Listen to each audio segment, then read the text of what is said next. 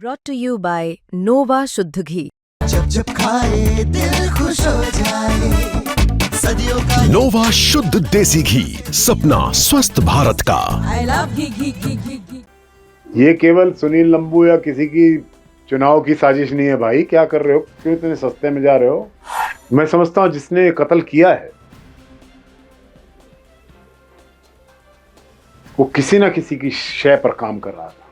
पंडित रामकरण शर्मा जी का कत्ल इतना सस्ते में नहीं जाएगा। सोनीपत के गन्नौर में रामकरण हत्याकांड के बाद अब कांग्रेस के वरिष्ठ नेता कुलदीप शर्मा गन्नौर पहुंचे हैं। शर्मा जी, क्या कहना चाहोगे? लगातार हरियाणा में क्राइम का ग्राफ है बढ़ता नजर आ रहा है। निश्चित रूप से मैं देख रहा हूं कि 2024 के चुनाव के बाद गन्नौर में विशेषकर क्राइम का ग्राफ बहुत बढ़ गया है और इसकी ताजा मिसाल है हमारे भाई शहर की, हमारी बिरादरी के प्रतिष्ठित स्तंभ भाई रामकरण शर्मा, पंडित रामकरण शर्मा, जिनका बेटा यहाँ का बहुत लोकप्रिय मेंबर म्युनिसिपल कमेटी है। कल शाम रात को उनका, मैं कहूंगा कि जहां पर कत्ल हुआ है वो दिन दिहाड़े कत्ल की संज्ञा में आएगा। गोलियां मारकर उनको भून दिया गया। मैं समझता हूं जिसने ये कत्ल किया है वो किसी ना किसी की शय पर काम कर रहा था। उसको राजनीतिक संरक्षण प्राप्त था। स्थानीय राजनीतिक लोग उसकी हिम्मत बढ़ाकर उससे कत्ल करवाया गया है। ये कोई कत्ल की सामान्य घटना नहीं है। शहर के बीचों बीच लोगों को गोली मार दी जाए और वो भी समाज के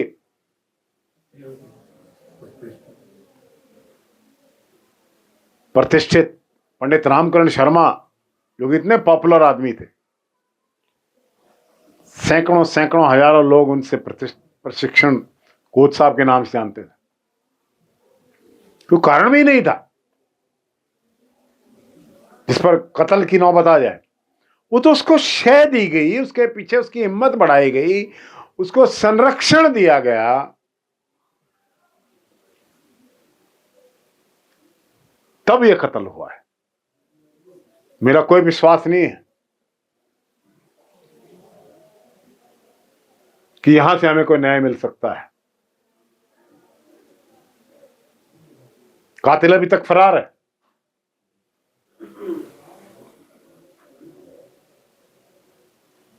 इसको यहां से संरक्षण नहीं मिल सकता। इसको बड़ा संरक्षण राजनीतिक है कातिल को। और ये 2024 के चुनाव के में जो रामकरण जी और इनके परिवार ने जो स्टैंड लिया, उस तभी से इस कत्ल की इबारत लिखी जा रही थी और अब ये कत्ल करवा दिया गया। हम चुप नहीं बैठेंगे।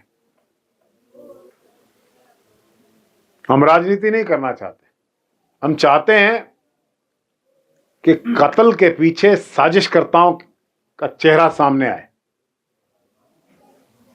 इसके लिए एक इंडिपेंडेंट, क्योंकि बहुत इन्फ्लुएंशियल लोग हैं, पुलिस में उनका हाथ है, इसलिए परिवार से बात की है। एक इंडिपेंडेंट सीबीआई इंक्वायरी होगी तभी कोई न्याय की आशा की जा सकती है। तभी दूध का दूध और पानी का पानी हो सकता है, वरना यहां तो दबाव है, सीधा दिख रहा है। तो हमें इसके लिए लड़ाई लड़नी पड़ेगी और चैन से नहीं बैठेंगे। पंडित रामकरण शर्मा जी का कत्ल इतना सस्ते में नहीं जाएगा। हमें राजनीति नहीं करनी, हमें ये देखना है कि कानून व्यवस्था बनी रहे।